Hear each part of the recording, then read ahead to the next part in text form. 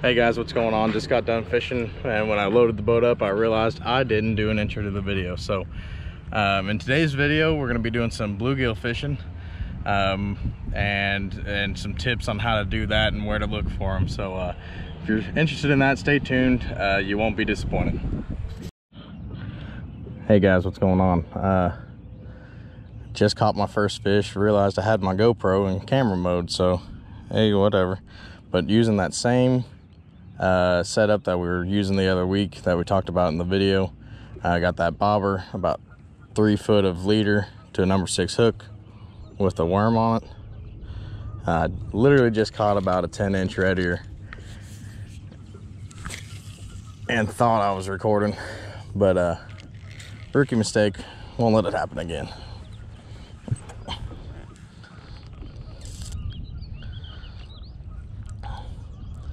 The water temp is 68.2 degrees. So the fish should be up on their beds, and we've caught them here before and done pretty well. But you know, just caught my first one, just pulled up here, made about a 3rd cast. Now when they're on the beds, they're pickier than other times. You only got about, ooh, there's one. Ooh, I caught them when I was moving that bobber. When they're on the beds, you either get one right away. If you don't get one right away, you flip another one back in there. Look at that dandy. Now that's a pretty fish. About an 8-9 inch bluegill. We're actually keeping some today. Had somebody say they wanted some fish, so we're gonna catch some fish.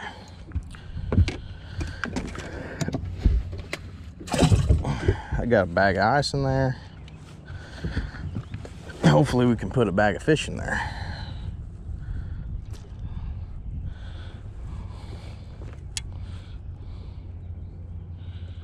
That's 2 fish on that worm. Let's see if we can't get another one on Charity here.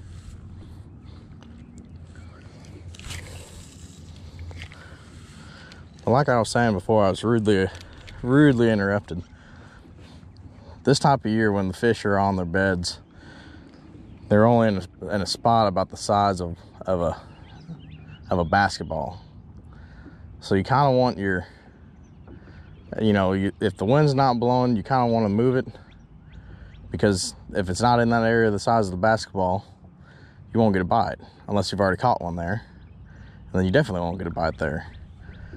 But today's the wind's moving a little bit.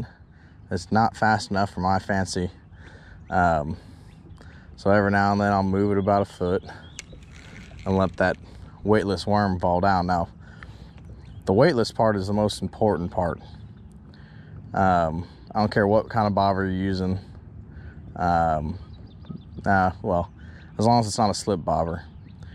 You need to have a stick bobber or a torpedo type bobber like this, where the line doesn't slip, and that'll get you going pretty good.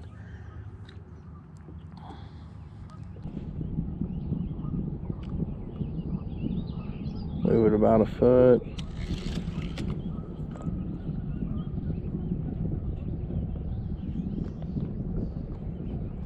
Now this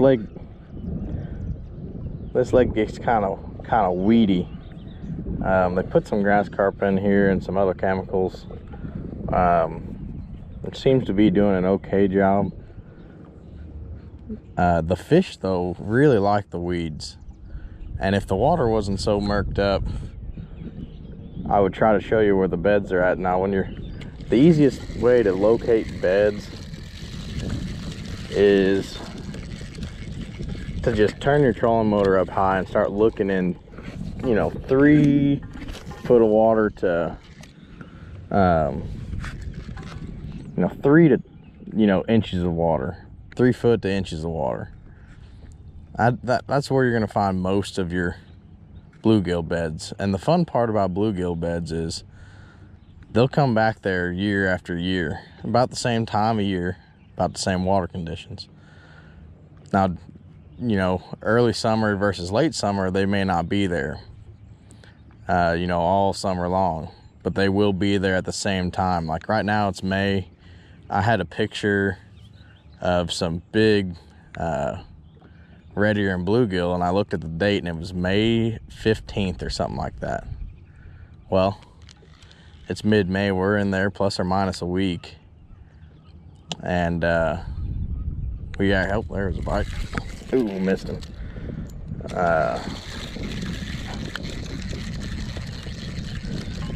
Where was I?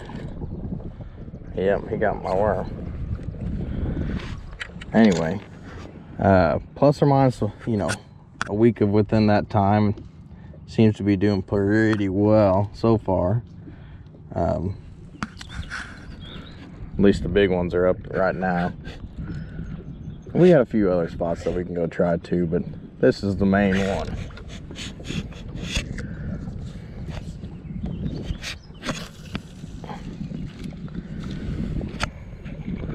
Now with the torpedo bobber like this, I don't know if you guys can see it, but when I cast out and that thing comes about within a 2-foot height of the water, I kind of like to put my hand on my reel and stop that bobber. Yeah, the bobber is going to make a little bit bigger of a noise when it enters the water, but what it does is it flips that loop, or it flips that, ooh, that's another good one. It flips that worm back behind the bobber, so you don't get as much of a chance to tangle up. I say that when my bobber's tangled up, but hey, this one did all right for this one. There's another good one. Another really pretty bluegill. You know, that's about as big as they get in this lake. That's about as big as you'd ever want to catch. So, hopefully you guys can see it. Oop. But I mean, that's pretty much what we're after today. That and some big old red ear, or shell crackers as people in the South call them. So, yep. Earlier, I did see a big old school of something. I think they were mixed bluegill, crappie, and a few bass mixed in there too, out in the middle of the lake. I couldn't convince them to bite. Saw them on the Panoptics, the old live scope.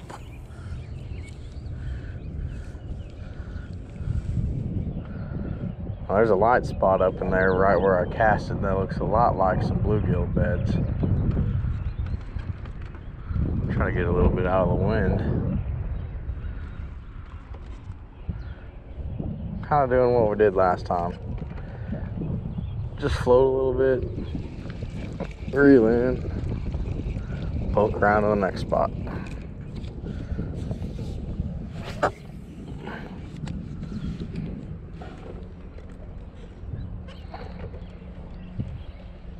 Ooh, that almost looked like a bite. That's a bite. Ooh, that was a bite.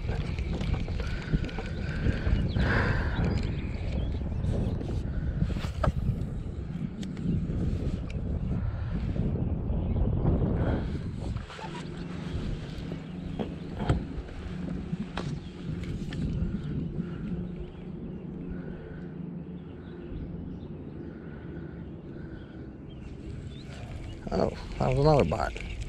Just didn't think I had him.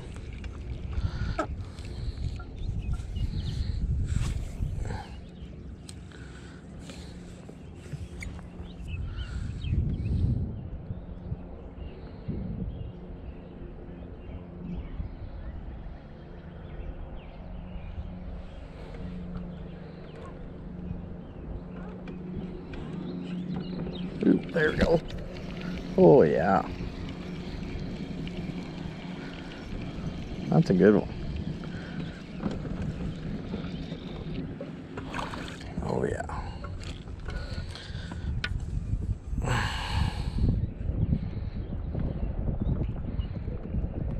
It's another really good looking bluegill from underneath a tree.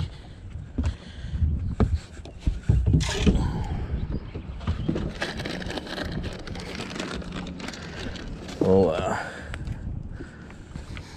got some trash going on here, but hey, whatever. Let's see if we can't get another one up in there.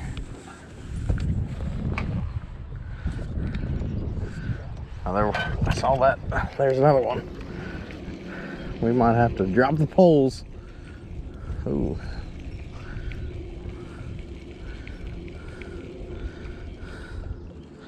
Back to back. Really nice fish.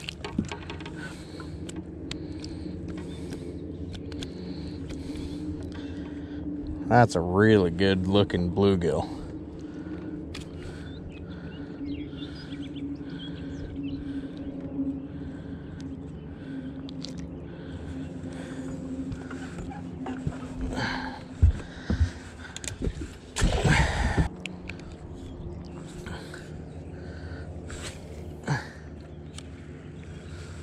Now that area right up in there, there's a big light spot.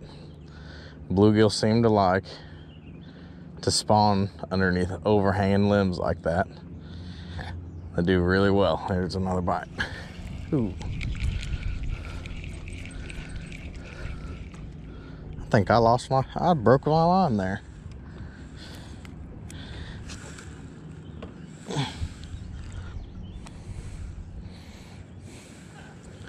It's all right.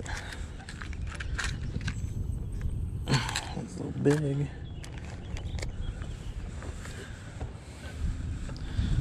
Where'd my hooks go?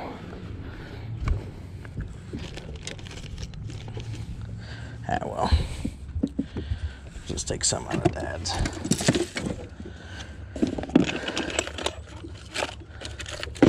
Thanks, Dad.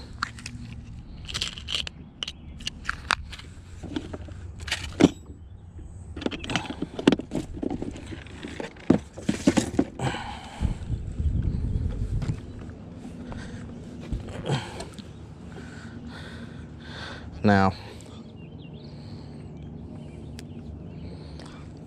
since I'm retired, this is how you do the polymer knot.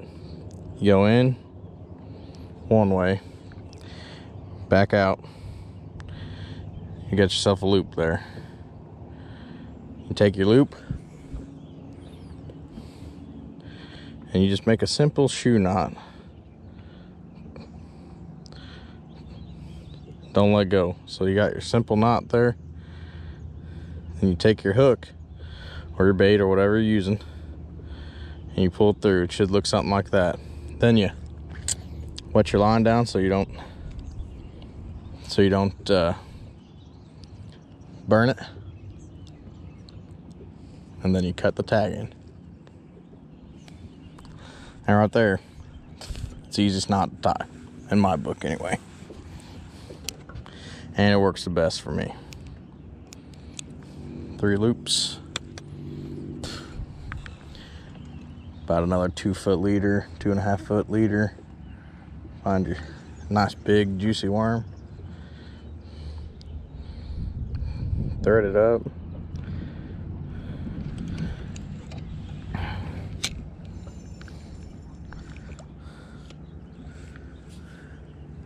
And then wing her in there again.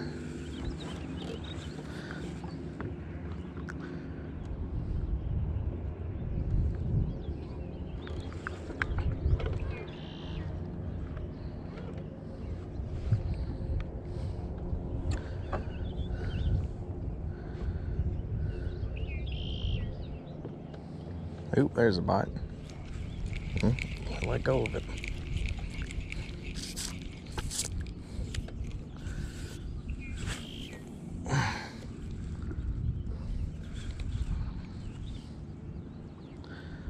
Now you can get better stick bobbers than, you know, the old Walmart special. And I'd be lying to you if oh, there's a good one. If I said I didn't prefer some of the better ones. But at the same time, this has always worked and will almost always put fish in the boat for you. Just like that.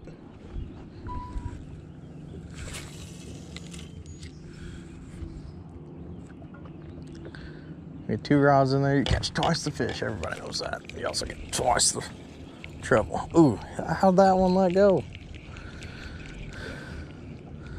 He just gave up on it. Said no, thank you.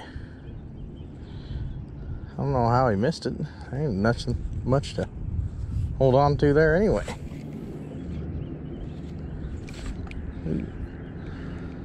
See, I told you guys I don't really like that color of bobber.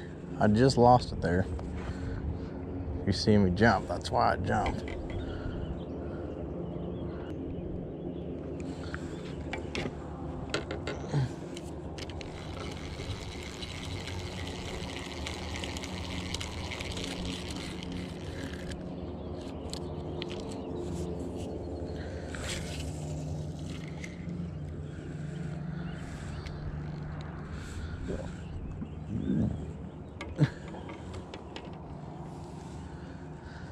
That cat should be an almost money back guarantee fish.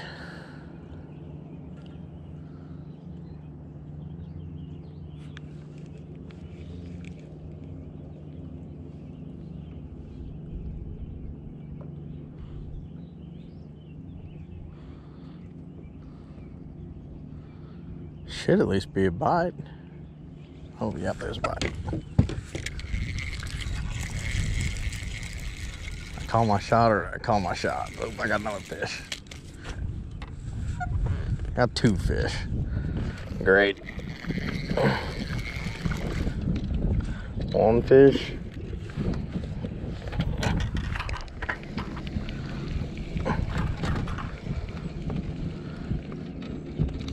Two fish.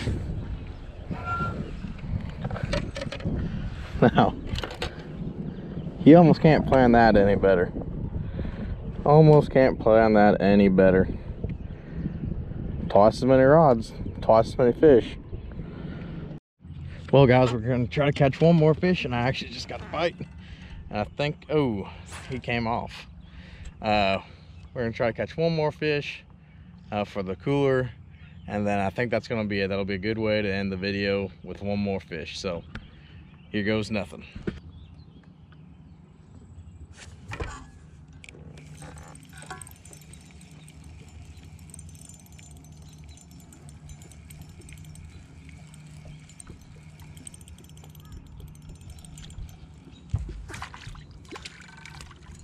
Well, guys, I think that's going to be it for today. Caught the last one here. It's a good sized bluegill. You know, thanks for watching today's video. If you want to know a little bit, I think I did a pretty good job today explaining how I was doing them and how I was catching them. But if you want a little bit more in-depth video on how to do it, check the box in the above somewhere. I'll put it in somewhere in the screen, in the end screen. Make sure to like and subscribe and share it with your friends if you want to see some more videos. Comment down below if you want to see something specific. I got a lot of time coming up on my hands, so if you want some crappie videos, we can do some crappie videos. If you want some bass, we can do some bass. Catfish, I'm not too versed in catfish, but we can try it. I got some stuff for it. And walleye. Now, I'm not too good on walleye this time of year, but during the summer there will be some walleye videos coming up. Like I said earlier, thanks again for watching.